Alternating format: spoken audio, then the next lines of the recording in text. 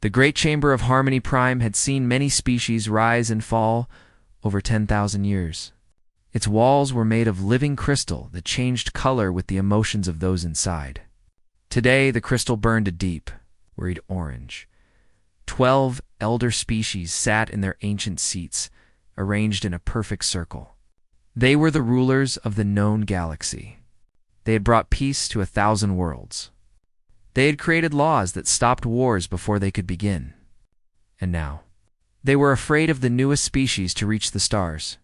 Human's counselor. Velith of the Silmari stood at the center of the chamber.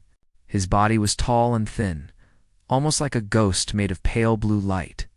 His species had not known violence for 50,000 years. They had evolved beyond it, or so they believed. "I call this council to witness," Velith said, his voice soft but carrying to every corner of the room. "We must discuss the human problem." The crystal walls flickered with unease. Ambassador Una Park sat in the human delegation seat. She was a small woman with sharp eyes and gray hair pulled back tight. She had spent 30 years learning the ways of alien diplomacy. She had smiled through insults. She had bowed when she wanted to fight. But today, even her patience was running thin. "We are not a problem," Una said calmly. "We are a species seeking membership in this council. Nothing more." Velith waved one of his translucent hands. The air above the chamber floor came alive with images. Holographic recordings played for all to see. The first image showed a city burning. Human soldiers marched through the ruins with weapons that spat fire. The year marker read 1945 by Earth counting. "This is what humans call World War II, Velith explained. They killed 70 million of their own kind. 70 million. In just 6 years, the crystal walls turned a sickly yellow. More images followed. Nuclear explosions that turned entire cities to ash in seconds. Mass graves stretching to the horizon. Soldiers fighting in mud and blood while bombs fell like rain from the sky. This, Velith continued, is not ancient history. This is only 300 years ago. By galactic standards, it was yesterday. Counselor Drexel of the Korath leaned forward in his seat. He was massive, covered in thick scales the color of dried blood. His species were warriors. They had fought enemies across the galaxy for generations. They believed they understood combat. "All species have violent pasts," Drexel rumbled. "We Korath have our own bloody history. It does not make us monsters." "You fought wars," Velith agreed. "You conquered territory. You killed enemies. But you never did what humans do." He pointed at the holographic display. "You never tried to erase entire peoples from existence. You've never built weapons designed to kill everything. Humans do not fight to win. They fight to destroy completely."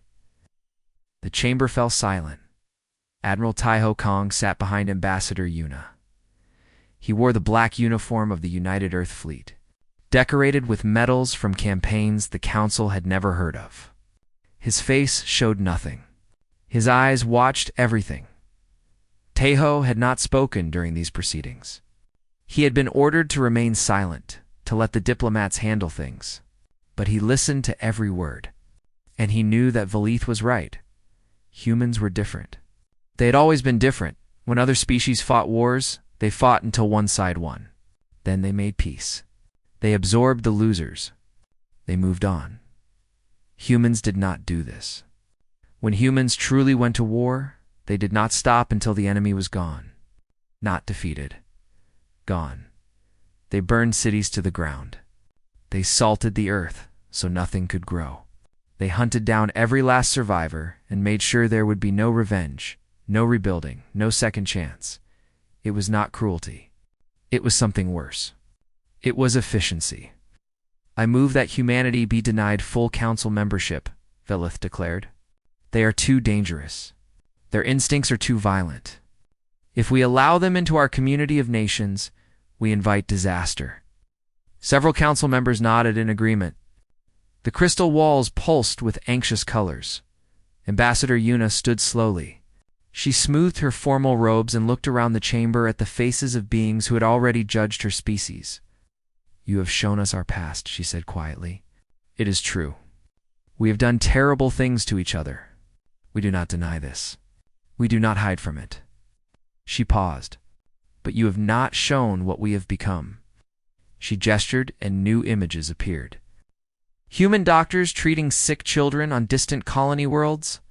Human engineers building bridges on planets they had never seen before. Human teachers sharing knowledge freely with anyone who asked. We learned from our violence, Yuna continued. We built a united government. We stopped fighting each other. We turned our energy outward, to exploration, to discovery, to helping others. Her voice grew stronger. We are not the monsters you fear. We are the species that looked at its own darkness and chose to be better. Counselor Drexel nodded slowly. There is wisdom in what she says. Every species must face its own nature. The humans have clearly done this, but Valeth was not convinced. Words are easy. History is harder to erase. I have studied humans carefully. Do you know what I found? He looked directly at Admiral Taiho. They've not changed at all. They have simply run out of enemies to destroy. Give them a new enemy, and they will show their true nature once more. Admiral Taiho met the counselor's gaze. He said nothing, but something flickered in his eyes. Something that made Valeth step backward without meaning to. The vote was called. It was close. Very close. In the end, humanity was granted provisional membership. Not full acceptance, but a chance to prove themselves. Many council members voted yes only because they were curious. Others voted yes because they were afraid to vote no. As the session ended and the delegates filed out, Admiral Taiho remained in his seat. Ambassador Yuna sat down beside him. That could have gone worse, she said. It could have gone better, Taiho replied. Do you think they will ever trust us? Taiho looked up at the crystal ceiling, watching the colors slowly fade back to neutral blue. No, he said, and perhaps they are wise not to. Before Yuna could respond, an alarm began to sound. Not loud, but persistent. Emergency lights flickered around the chamber's edges. A junior council aide rushed in, his face pale with terror. Counselors. We have received reports from the Outer Rim. The deep space sensors have detected movement. Alice turned sharply. What kind of movement? The aide swallowed hard. The Devourer swarm. They have found us again. The crystal walls turned black. Admiral Taiho stood slowly. For the first time since arriving at Harmony Prime, he smiled. It was not a pleasant smile. It was the smile of a man who had been waiting for something, and finally received it. Well, he said quietly, so only Yuna could hear. It seems we have found a new enemy after all. 6 months had passed since humanity joined the Galactic Council. 6 months of careful diplomacy, quiet observation, and growing unease. And now, everything was about to change. The emergency session was held in the same crystal chamber, but the mood was entirely different. Gone was the careful political dance. In its place was raw, naked fear. Ambassador Yuna Park watched as Counselor Veleth presented the threat. Holographic images filled the air above the chamber floor. She had seen many alien species in her years of diplomatic service, but she had never seen anything like this. The Devourer swarm. They were not a species in any normal sense. They were a plague-given form. Billions of creatures that moved as one mind, controlled by a single ancient intelligence. Their bodies were part flesh, part machine, constantly evolving, constantly adapting. They did not negotiate. They did not trade. They did not communicate. They consumed. The swarm has destroyed over 400 civilizations, Valeth explained, his voice heavy with the weight of ancient grief. 400. Entire species erased from existence. Homeworlds turned to barren rock. Cultures, histories, everything gone. The images showed the aftermath of swarm attacks. Planets stripped of all life. Cities turned to dust. Oceans boiled away to nothing. It was destruction on a scale that made human wars look like children's games. How long has this been going on? Yuna asked. 10,000 years, Counselor Drexel answered. His warrior's face was grim. We have fought them for 10,000 years. My people, the Korath, have dedicated our entire civilization to this war. We have killed billions of their drones. We have won great victories." He paused. "And still they come." Admiral Taiho Kung leaned forward slightly. "What is your strategy?" Drexel blinked, surprised that the silent human admiral had finally spoken. "Strategy. We follow the doctrine of proportional response. We defend our worlds. We evacuate when we must. We sacrifice buffer systems to slow their advance. We maintain sustainable losses." "Sustainable losses," Taiho repeated slowly. "You mean you accept that some of your people will die?" "Of course. War is sacrifice. The goal is to preserve our civilization, not to defeat the swarm entirely." "That is impossible." "Why is it impossible?" The question hung in the air like a bomb waiting to explode. Every council member turned to look at the human admiral. Veleth answered carefully. "The swarm is too numerous, too vast. They have consumed 400 civilizations. Each conquest makes them stronger. They adapt to every weapon we develop. They learn from every tactic we use against them. Have you tried to destroy them completely?" Silence fell over the chamber. The crystal walls flickered with confused colors. "Destroy them completely?" Beletha's voice was shocked. "That would be genocide. The complete annihilation of a species. It is forbidden by the most sacred laws of the Council. It violates the fundamental balance of the galaxy." Yuna glanced at Taiho. She saw something in his eyes that worried her. A cold calculation. A predator assessing prey. "Let me understand," Taiho said slowly. "You have been running from these creatures for 10,000 years. They have destroyed 400 civilizations, killed trillions of beings, and your response is to keep running? To accept sustainable losses?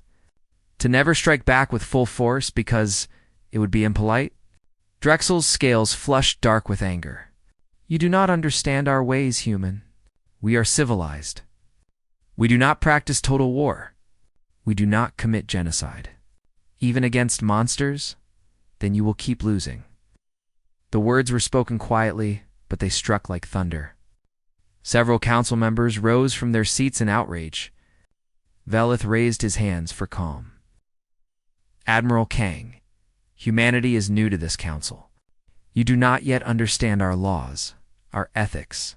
The doctrine of proportional response has maintained galactic stability for thousands of years. We do not abandon it simply because the enemy is difficult." Taiho stood.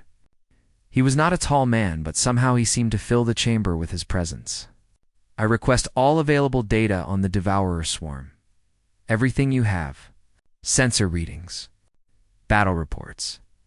Biological analysis. All of it. For what purpose?" Veleth asked suspiciously. "To help with the defense, of course." Taiho's face revealed nothing. "We are members of this council now. We wish to contribute." The data was provided. Thousands of years of information gathered from hundreds of failed battles. As the council session ended and delegates returned to their ships, Admiral Taiho transmitted everything to a secure facility on Earth. The recipient was Dr. Hannah Choi. Hannah was small, with round glasses and hair that was always messy. She looked like someone's grandmother. She spoke softly and smiled often. And she was the most dangerous weapons designer humanity had ever produced. Her official title is Director of Defensive Research. But everyone in the military knew the truth. Hannah Choi did not build weapons for defense. She built weapons that ended things permanently. Taiho's message was simple. Find the nest. We end this. Hannah received the data and began to work. For 3 months, she barely slept. She analyzed every piece of information the council had gathered. She looked for patterns they had missed. She asked questions they had never thought to ask. Where did the swarm come from? The council had never wondered. They were too busy running, too busy defending, too busy dying in manageable numbers. But Hannah wondered. Every species came from somewhere. Every hive had a queen. She found it. Hidden in the data was a single reference. Buried in a report from a failed reconnaissance mission 3,000 years ago. A planet at the edge of the galaxy. A world covered in organic structures. A place where the swarm was not just present, but born. The swarm had a homeworld, Queen. A heart and hearts could be stopped. Captain Minho Lee received his orders aboard the experimental warship Indomitable. He was young for a captain, barely 40 years old, but he had proven himself in a dozen engagements against pirates and rebels. He was brilliant, creative, and utterly without mercy. His new orders made him smile. "We're going to kill a god," he told his crew. "Prepare for departure." Meanwhile, Ambassador Yuna confronted Admiral Tai-Ho in his quarters aboard the diplomatic station. "What are you planning?" she demanded. "I know that look in your eyes. You're not preparing for defense." Tai-Ho poured himself a drink. Real whiskey, brought all the way from Earth. "The Council has been fighting this war for 10,000 years. They have lost 400 civilizations. Do you know why? Enlighten me. Because they don't fight to win. They fight to survive. There's a difference." Took a long drink. "Survival means accepting losses. It means running. It means hoping the enemy gets tired before you do. But the swarm never gets tired. They just keep coming, and what's your alternative?" Tai-Ho looked out the window at the stars. Somewhere out there, the swarm was preparing its next attack. Somewhere out there, trillions of creatures waited to consume everything humanity had built. "We don't fight to survive," he said quietly. "We fight to make sure the other side doesn't. That's what the Council doesn't understand. That's what makes us human." He finished his drink. "We don't accept sustainable losses. We inflict unsurvivable ones." Yuna felt a chill run down her spine. "The Council will never approve of what you're planning." "The Council doesn't need to approve. They just need to stay out of the way." 3 weeks later, the swarm attacked the frontier colony of New Busan. It was the largest fleet they had ever assembled. Millions of ships. Billions of drones. Enough force to destroy a dozen worlds. Admiral Tai-Ho Kang was waiting for them, not to defend Debate a trap. New Busan was a beautiful world. Green mountains rose above crystal-clear oceans. Cities of white stone spread across fertile valleys. 3 million humans called it home. They had built something wonderful on this distant frontier, and now the sky was full of monsters. Admiral Tai-Ho Kang stood on the bridge of his flagship, the Unconquered Sun, through the observation windows. He could see the swarm fleet approaching.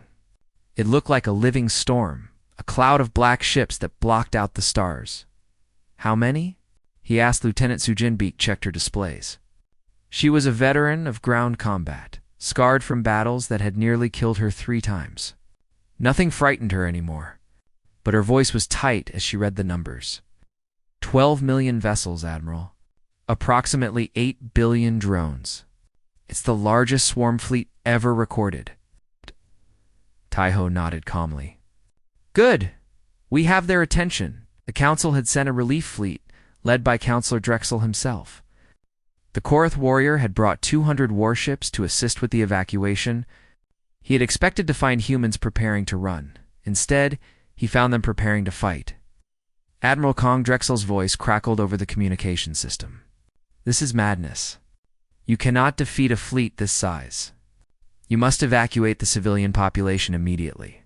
We can provide cover for the retreat." "There'll be no retreat, Counselor." "Then you are condemning 3 million people to death." Tai-Ho turned away from the window. His face was stone. "Order all civilian transports to stay in orbit.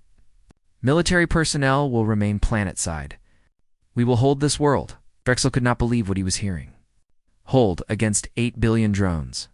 Your entire fleet will be destroyed in ours. Your ground forces will be overwhelmed in days. What could you possibly hope to accomplish?" "Time," Tai-Ho said simply. "We need to buy time and make them angry." Before Drexel could respond, Tai-Ho cut the communication. He turned to his bridge crew. "All ships, break formation. Execute attack pattern Omega." Human fleet did something no Korath commander would ever consider. They charged directly into the heart of the swarm formation. Drexel watched in horror as human ships dove into the mass of enemy vessels. They were not fighting defensively. They were not trying to survive. They were trying to kill as many enemies as possible before they died, and they were incredibly good at it. Human ships fired everything they had in continuous streams of destruction. When their weapons overheated, they rammed enemy vessels directly. Pilots ejected from their dying craft with explosive packs strapped to their bodies, detonating themselves inside swarm carriers. It was not warfare. It was controlled suicide. "What are they doing?" Drexel whispered. One of his officers answered, his voice shaking. "They are dying, counselor. But they are taking the enemy with them. The ratio is nearly 1 to 50. For every human ship that fell, 50 swarm vessels were destroyed."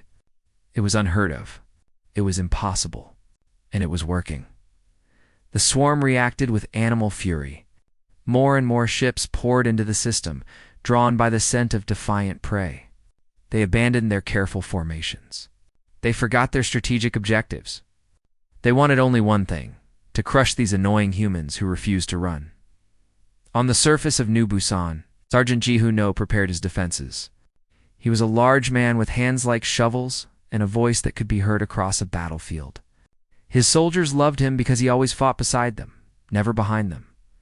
The first wave of drones landed at dawn. They came in pods that crashed into the mountains like metal rain. Each pod released hundreds of creatures, chittering nightmares of flesh and machine. Ji-Hoon met them with fire. The battle lasted 72 hours. 3 days of constant combat. The humans fought from prepared positions, from ruined buildings, from holes in the ground. When their ammunition ran out, they fought with knives. When their knives broke, they fought with rocks and bare hands. On the second day, a swarm drone breached the command bunker. Ji-Hoon killed it with a broken chair leg, driving the jagged wood through its mechanical eye and into its brain. "Is that all you have?" He shouted at the sky. "Send more." They did send more. Wave after wave. The swarm could not understand these creatures who would not surrender, who would not run, who seemed to welcome death as long as they could take enemies with them. By the third day, Ji-Hoon had lost 80% of his forces. The survivors were wounded, exhausted, and low on everything except determination. Sergeant, one of his soldiers, gasped, "We can't hold much longer. We don't need to hold much longer." Ji-Hoon checked his communicator. A single message glowed on the screen. "Package delivered." Ow. It was not a kind smile.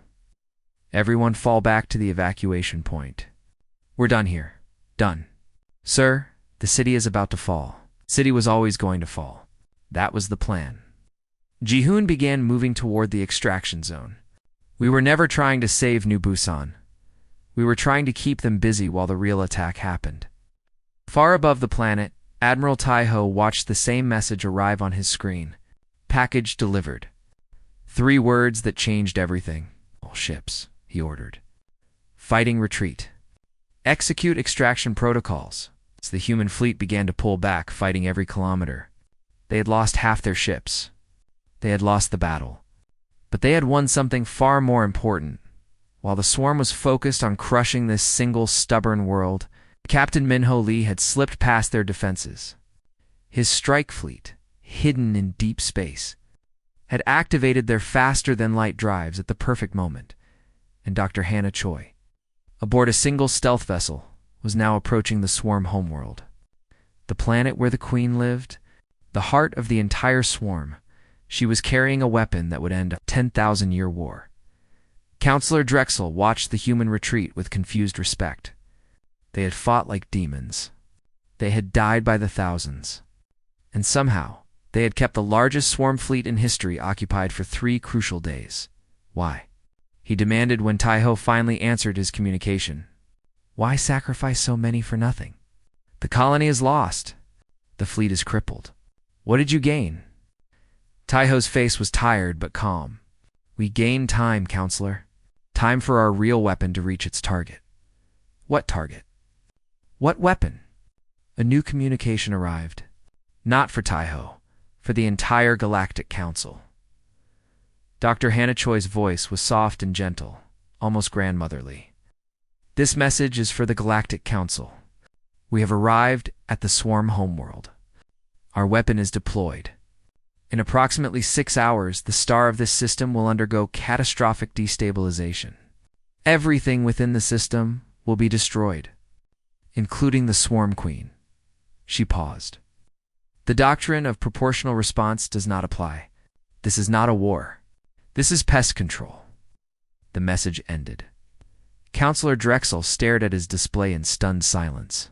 The humans had not been fighting to defend New Busan. They had been fighting to distract the swarm while a single ship sneaked past to their homeworld. They had planned genocide. From the very beginning, what have you done? He whispered. Admiral Tai Ho Kong looked out at the burning sky of New Busan, watching the evacuation ships escape through gaps in the swarm formation. What needed to be done, he replied. What you could never bring yourselves to do. In 6 hours, the war would be over. The swarm would be extinct, and the galaxy would never look at humanity the same way again. The swarm homeworld had no name. The Council had simply called it X7 in their ancient records, a planet discovered once and then forgotten. No one had ever considered going there. No one had ever thought to strike at the source. No one except humans. Dr. Hannah Choi stood at the observation window of her stealth vessel, watching the nightmare below. The planet was covered entirely in organic structures. Towers of living tissue rose kilometers into the sky. Rivers of black fluid flowed between vast spawning chambers. The entire world pulsed with a slow, horrible heartbeat. This was where the swarm was born. This was where the Queen lived. 10,000 years of galactic terror, all coming from this single point. It's beautiful, in a terrible way, Hannah said softly. Captain Minho Lee stood beside her. His strike fleet held position behind a nearby moon, ready to provide cover if needed. But so far, they had not been detected. The swarm had never imagined that prey would become predator. They had left their home nearly undefended. Are you ready? Minho asked. Hannah nodded. The device is deployed. Stellar ignition will begin in 4 hours. The chain reaction will destabilize the sun completely. When it explodes, everything in this system will be destroyed, including us if we stay too long. We will leave shortly, but first, I want to see it begin. Far across the galaxy, the Galactic Council had received Hannah's message. Emergency sessions were called. Counselors who had not spoken in centuries demanded to be heard. The crystal chamber of Harmony Prime turned blood red with collective horror. Counselor. Veleth stood at the center of the chaos, his ghostly form trembling with outrage. This is genocide, he screamed. They are murdering an entire species. It violates every law, every sacred principle of our civilization. The swarm murdered 400 civilizations, Counselor Drexel replied grimly. Perhaps this is justice. Justice. There is no justice in extinction. We are not gods to decide which species lives and which dies. A new voice cut through the argument. Ambassador Yuna Park appeared on the communication screen, transmitted from the human flagship still orbiting the ruins of New Busan. You are right, Counselor Veleth, she said calmly. We are not gods. We are humans, and we do what is necessary to protect our people. By committing mass murder. By ending a threat that you could not end in 10,000 years. Yuna's face was hard as stone. You had 400 chances to stop this. You chose proportional response. You chose sustainable losses. You chose to sacrifice civilizations rather than dirty your hands with total war. Her voice grew cold. We made a different choice. Veleth raised his hand toward the communication screen. I demand that you stop this attack immediately. The Galactic Council does not authorize. We don't need your authorization. Silence fell over the chamber. No species had ever defied the Council so directly. The humans have gone rogue, another counselor declared. They must be stopped by force. With what force? Drexel asked bitterly. Half the Council's military is fighting the swarm at New Busan. The other half is spread across 1,000 systems. By the time we could assemble a fleet, their weapon will have already fired. Looked around at his fellow counselors. We can do nothing but watch. On the swarm homeworld, something was changing. The Queen had finally sensed the danger. She was ancient beyond measure. A consciousness that had existed for tens of thousands of years. She had consumed 400 civilizations. She had directed the deaths of trillions of beings. She had never known fear until now. Her children reported a strange object in orbit. A small thing, barely visible. But it was doing something to the sun.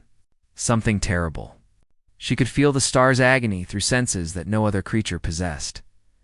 The Queen reached out with her mind, touching every drone in the galaxy. Billions of voices answered her call. She ordered them to return, to defend the homeworld, to destroy the threat, but they were too far away. The trap at New Busan had worked perfectly. Her children were scattered across the galaxy, busy trying to crush the humans who had dared to fight back. They could not reach her in time. For the first time in her eternal existence, the Queen felt something cold spreading through her consciousness. Terror. She did something she had never done before. She opened a communication channel. She broadcast a message in every language the Council had ever recorded. We surrender. Hannah Choi received the message aboard her stealth vessel. She looked at the words glowing on her screen for a long moment. She's asking for mercy, Minho observed. Yes, the Council will demand that we accept. Yes, Hannah turned away from the screen. She walked to the device control panel and began entering commands. Dr. Choi Minho said carefully, "If we accept the surrender, we could end this without destroying the homeworld. The Council has accepted the swarm's existence for 10,000 years. They have negotiated temporary peace treaties. They have established demilitarized zones. They have done everything except the one thing that would actually work." Hannah's fingers moved across the controls. The swarm does not surrender. They do not change. They wait. They adapt. They come back stronger. You're sure of this? I'm sure of nothing. But I know what the swarm has done, and I know what they will do again if given the chance. She looked at Minho with grandmother's eyes that held no warmth at all. Some threats cannot be negotiated with. Some enemies cannot be allowed to survive. This is one of them. She pressed the final command. Across the galaxy. Admiral Tai Ho Kong received the Queen's surrender message at the same moment as the Council. He read it carefully. Then he sent his response. We do not accept surrenders from things. The stellar ignition device activated. Deep within the sun, impossible reactions began to cascade. The star, stable for billions of years, began to tear itself apart. The Queen felt it happening. She screamed across the psychic link that connected her to every drone in the galaxy. 8 billion children heard their mother's death cry, and then the sun exploded. The fireball consumed everything within the system in seconds. The homeworld, the spawning chambers, the towers of living flesh, all of it, was vaporized instantly. The Queen died in a flash of light brighter than 1,000 stars. But that was not the end. The psychic link that connected the swarm was not just for communication. It was survival itself. Without the Queen's mind to guide them, the drones could not function. They could not think. They could not live. Across the galaxy, 8 billion swarm drones simply stopped. Their bodies shut down. Their ships went dark. In the middle of battles, in orbit around conquered worlds, in the vast spaces between stars, they died. All of them. Instantly, completely, in the crystal chamber of Harmony Prime. The counselors watched their displays in stunned silence. Where moments ago there had been a galaxy-spanning threat, there was now only debris. The swarm was gone. Counselor Drexel, warrior of the Korath, veteran of 1,000-year war, sat down slowly in his seat. His scales had turned pale gray. His hands were shaking. "What are they?" he whispered. Counselor Valeth answered, his voice hollow with shock. "Humans." The celebration on Earth was muted. There were parades, yes. Speeches and medals and grateful tears. But underneath the joy, there was something else. A quiet understanding. The galaxy knew what humanity was capable of now. They had seen humans commit genocide without hesitation. They had watched as a 10,000-year-old species was erased from existence in a single afternoon. Admiral Tai Ho Kong stood at a window, looking up at the stars. Ambassador Yuna Park found him there hours after the official celebrations had ended. The council is already talking about us, she said. Some want to declare us a threat. Others want to ally with us. Everyone is afraid. Good, Taiho said. Is it? He turned to look at her. The swarm was not the only threat in this galaxy. There are others. Old ones. Hidden ones. Creatures and empires that have been waiting for their chance to strike. He looked back at the stars. Now they know what happens when you threaten humanity. Now they know we do not accept sustainable losses. We do not negotiate with existential threats. We end them. And if the council decides we're an existential threat, Taiho smiled. It was not a pleasant expression. Then I hope they're smarter than the swarm. Yuna felt a chill despite the warm night. She wondered, not for the first time, what humanity had become. What they had always been, underneath the thin layer of civilization. Monsters. Or the only creatures in the galaxy willing to do what needed to be done. She suspected the answer was both. 1 year had passed since the death of the swarm. The galaxy was a different place now. Trade routes that had been abandoned for centuries were reopening. Colonies that had lived in constant fear were finally at peace. Species that had spent generations preparing for war were learning how to live without it. And everyone was talking about humans. The Galactic Council had convened for the most important session in 10,000 years. Every species sent their highest representatives. Every faction wanted their voice heard. The crystal chamber of harmony. Prime was filled to capacity, its walls flickering with 1,000 different emotions. The topic was simple: what to do about humanity. Counselor Valith led the faction that wanted restrictions. He stood at the center of the chamber, his ghostly form radiating cold determination. We cannot pretend that nothing has happened, he declared. The humans committed genocide. They destroyed an entire species without council authorization, without negotiation, without even attempting peaceful resolution. This cannot go unpunished. Several counselors nodded in agreement. The walls shimmered with anxious yellow. I propose that humanity be reclassified as a class 0 existential threat, Valith continued. The same designation we once gave to the swarm itself. They must be contained, monitored, restricted from developing new weapons. Their military must be reduced to defensive capabilities only. The chamber erupted in argument. Some supported Valith completely. Others thought his proposal went too far. A growing number thought it did not go far enough. Counselor Drexel rose to speak. The Korath warrior had changed since the swarm's destruction. He moved more slowly now, as if carrying a great weight. I have fought the swarm for my entire life, he said. My father fought them. His father fought them. For 1,000 years, my people gave everything to this war. We lost billions of warriors. We sacrificed dozens of worlds. And in all that time, we never came close to victory. He paused. The humans achieved in 1 day what we could not achieve in 10 centuries. They did it with a single ship and 1 weapon. You admire them for this? Valith demanded. I fear them for this. Drexel's eyes were hard. But I also understand something that you do not, Counselor. You want to contain humanity? Control them? Restrict them? He let out a bitter laugh. How? They destroyed the greatest threat in galactic history while we watched helplessly. If we try to force restrictions on them, they will simply ignore us. If we try to enforce those restrictions with military force. He did not finish the sentence. He did not need to. The chamber fell silent as Ambassador Yuna Park rose from the human delegation's seat. She had spent the past year preparing for this moment. Every word had been carefully chosen. Every gesture had been practiced. But when she reached the speaking platform, she threw away her prepared speech. You want to know what to do about humanity? She said simply. I will tell you. The walls flickered with attention. First, you should understand what we are. Not what you fear we are. Not what you hope we are. What we actually are. She looked around the chamber at the faces of beings from 100 different worlds. We are predators. Evolution made us that way. Did not choose it. It is simply our nature. Valith made a sound of disgust. You admit this? I admit what is true. We are predators. We fight to win, not to survive. We eliminate threats completely. Because our ancestors learned that wounded enemies come back stronger. This is not a philosophy. It is instinct. Yuna's voice grew stronger. But we are also more than our instincts. We have built civilizations. We have created art and music and literature. We have learned to love and sacrifice and dream of better things. We are monsters who chose to be something else. Till you find a new enemy to destroy, Beleth said coldly.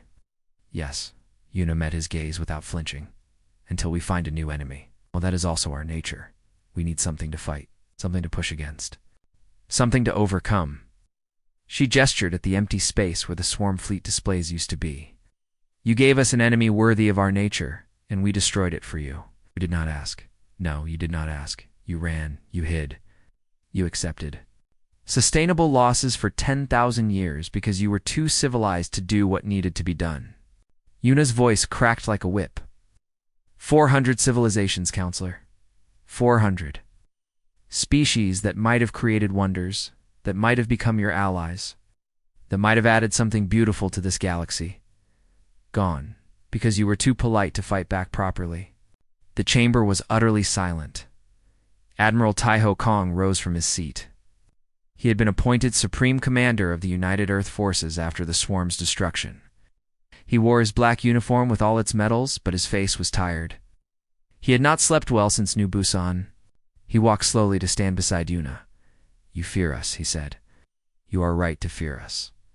We fear ourselves sometimes. We know what we are capable of. We know that the same instincts that destroyed the swarm could be turned against anyone. He looked at each counselor in turn. But consider this. In all the time since we reached the stars, we have never attacked another intelligent species unprovoked. We have defended ourselves when attacked. We have responded to threats. We have never committed aggression without cause.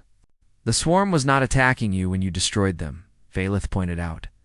The swarm was attacking our allies, our fellow council members, our neighbors. Taiho's voice hardened. If you do not understand the difference between aggression and defense of others, then perhaps you are not as civilized as you believe. He raised his hand and a holographic document appeared in the air. This is humanity's proposal, full permanent membership in the council, veto power over any resolution that affects our species, command authority over any future response to existential level threats. Valeth's form flickered with outrage. This is extortion. This is negotiation. Yuna stepped forward. You can accept our terms and gain the protection of the species that destroyed the swarm, or you can reject them and see what happens when. Humanity decides the council is an obstacle rather than an ally. You would threaten us? I would remind you of reality. Yuna's voice was calm but implacable. You have two choices. You can have humanity as your partner bound by agreements and mutual benefit. Or you can have humanity as an independent actor, answerable to no one, pursuing our own interests, without regard for council law. She paused. I know which option I prefer. But the choice is yours. The vote took 3 hours. Councilors argued, pleaded, threatened, and bargained. Alliances formed and broke apart. Promises were made in private chambers. In the end, the result was unanimous. Humanity's terms were accepted. The session ended late in the night cycle. Most counselors left quickly, eager to return to their homeworlds and report what had happened. Only a few remained in the crystal chamber, watching the lights slowly dim. Admiral Taiho stood at the observation window, looking out at the stars. Ambassador Yuna joined him, holding 2 glasses of wine. We won, she said, handing him a glass. We survived. Taiho took the glass, but did not drink. There's a difference. You sound like the Korath. Perhaps I understand them better now. He watched a transport ship drift past the station, heading for distant worlds. We have made ourselves the guardians of this galaxy, the protectors, the warriors that everyone else is too civilized to be. Isn't that what you wanted? It's what was necessary. He finally took a sip of wine, but I wonder sometimes. If we keep being the ones who make the hard choices, the ones who kill the monsters and burn the nests, what do we become? Yuna considered the question. Monsters ourselves? Maybe. Or maybe something else. Something the galaxy has never seen before. He turned to look at her, species that knows exactly how terrible it can be and chooses to use that terror to protect instead of destroy. That's a thin line to walk. Every line worth walking is thin. They stood in silence for a while, watching the stars. Do you think they'll ever stop being afraid of us? Yuna asked eventually. Taiho finished his wine and set the glass down carefully. No, he said. And that's exactly why they'll never have to be. Somewhere in the depths of space, on the edge of the galaxy where light itself grew thin, something ancient stirred. It had been sleeping for 1,000,000 years, dreaming of conquest. It had destroyed civilizations before, long before the swarm ever existed. It sensed the change in the galaxy, the death of the swarm, the rise of a new power. It considered waking, considered testing these new predators who dared call themselves guardians. Then it felt something it had not felt in a very long time. Fear, not of the Council. It's not of the Korath, or the Silmari, or any of the elder species. Fear of the small, lived creatures who had done what no one else could, who had looked at a 10,000-year-old terror and said, "We do not accept this." The ancient thing decided to keep sleeping.